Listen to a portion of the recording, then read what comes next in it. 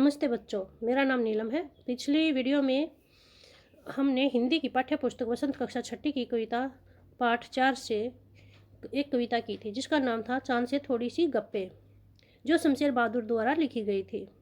आशा करती हूँ कि आपने वीडियो को देखकर वह समझा होगा, वह उसका लाभ लिया होगा। इस वीडियो में अब हम अभ्यास के प्रश्न उत्तर करेंगे। चलिए शुरू करते हैं बिना किसी देरी से।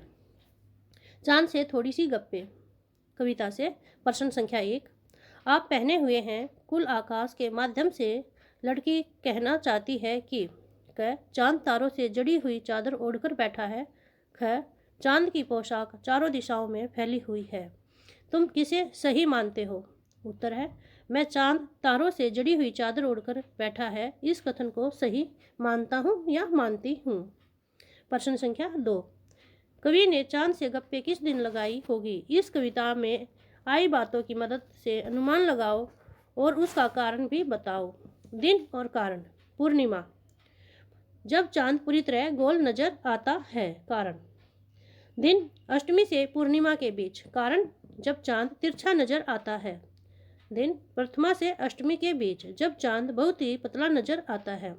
मेरे विचार से कवि ने चांद से अष्टमी से पूर्णिमा के बीच गप्पे लगाई होगी क्योंकि उसी समय चांद तिरछा नजर आता है। प्रश्न संख्या 3। नई कविता में तुक या छंद के बदले बिंब का प्रयोग अधिक होता है। बिंब वह तस्वीर होती है जो शब्दों को पढ़ते समय हमारे मन में उभरती है। कई बार कुछ कवि शब्दों की ध्वनि की मदद से ऐसी तस्वीर बनाते हैं और कुछ कवि अक्षरों या शब्दों को इस तरह छापने पर बल देते हैं कि उनसे कई चित्र हमारे मन में बने। इस कविता के अंतिम हिस्से में चांद को एकदम गोल बताने के लिए कवि ने बिल्कुल शब्द के अक्षरों को अलग अलग करके लिखा है। तुम इस कविता के और किन शब्दों को चित्र की आकृति देना चाहोगे? ऐसे शब्दों को अपने ढंग से लिखकर दिखाओ। उत्तर है मैं इस कविता के कुछ शब्दों को चित्र की आकृति देना चाहूँगी, जैसे कि चांद, गोल मटोल, तिरछे, अनुमान और कल्पना। कुछ लोग बड़ी जल्दी चिढ़ जाते हैं। यदि चांद का स्वभाव भी आसानी से चिढ़ जाने का हो, वह किन बातों से सबसे ज़्यादा चिढ़ेगा? चिढ़कर वह उन बातों का क्या जवाब देगा? अपनी कल्पना से चांद की ओर से दिए गए जवाब लिखो। उत्तर है अगर चांद का स्वभाव बहुत जल्दी से चिढ़ जाने का होता तो वह बहुत सी बातों पर चिढ़ते, जैसे तिरछे कहे जाने पर जरूर चिढ़ते। घटने बढ़ने की बीमारी की बात सुनकर भी उसे बहुत गुस्सा आएगा। वह चिढ़कर यही जवाब देते कि मैं तिरछा नहीं हूँ और ना ही मुझे घटने बढ़ने की बीमारी है। यह सब तुम्हारी नज़र का फेर है जो तुम्हें तिरछा नजर आता है। मैं गोल ही रहता हूँ। प्रश्न संख्या 2। यदि कोई सूरज से गप्पे लगाए तो वह क्या लिखेगा? अपनी कल्पना से गद्य या पद में लिखो। इसी तरह की कुछ और गप्पे निम्नलिखित में से किसी एक या दो से करके लिखो, जैसे पेड़, बिजली का खंबा, सड़क, पेट्रोल पंप।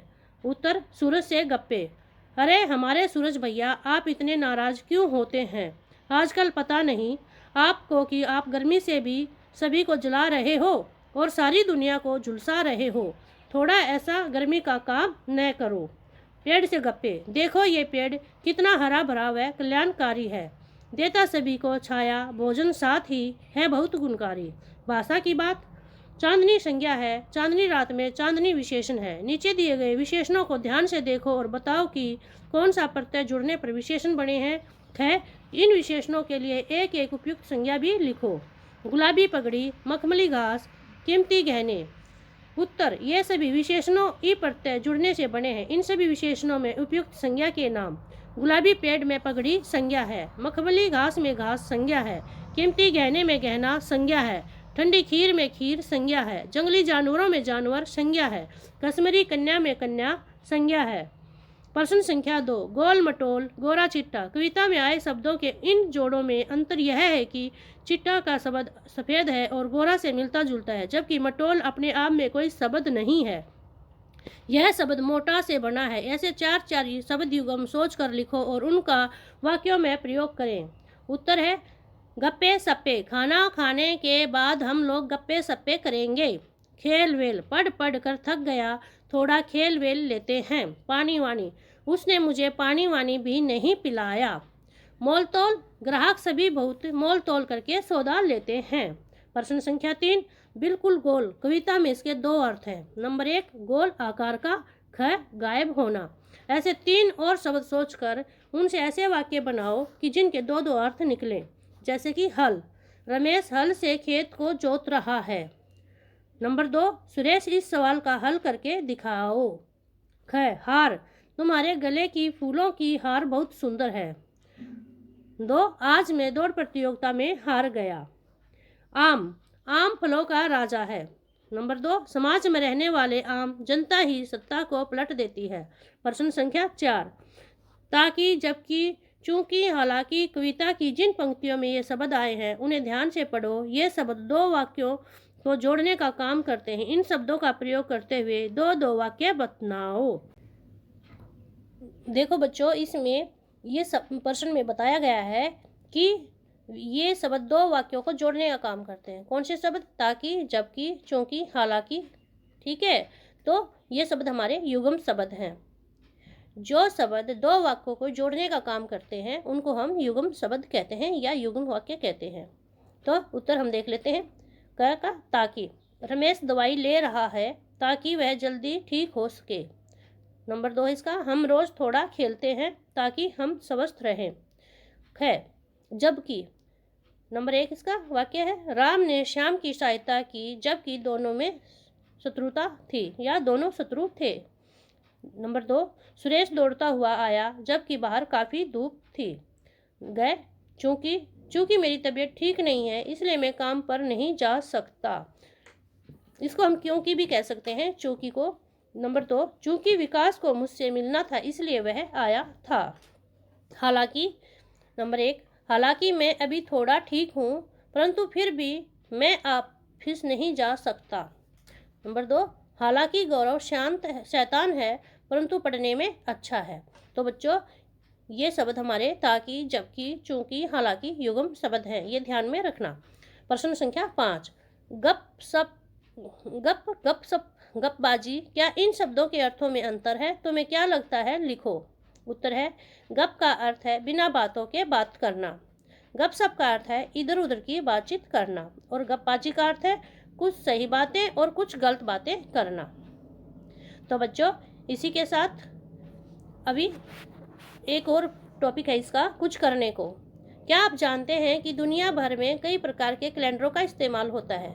नीचे 2 प्रकार के कैलेंडर दिए गए हैं, इन्हें देखकर प्रश्नों के उत्तर देने हैं हमें। एक हमारा पंचांग के अनुसार है, एक हमारा अंग्रेजी कैलेंडर के अनुसार है। तो आपको ये कैलेंडर देखने हैं और दोनों में अंतर देखना है।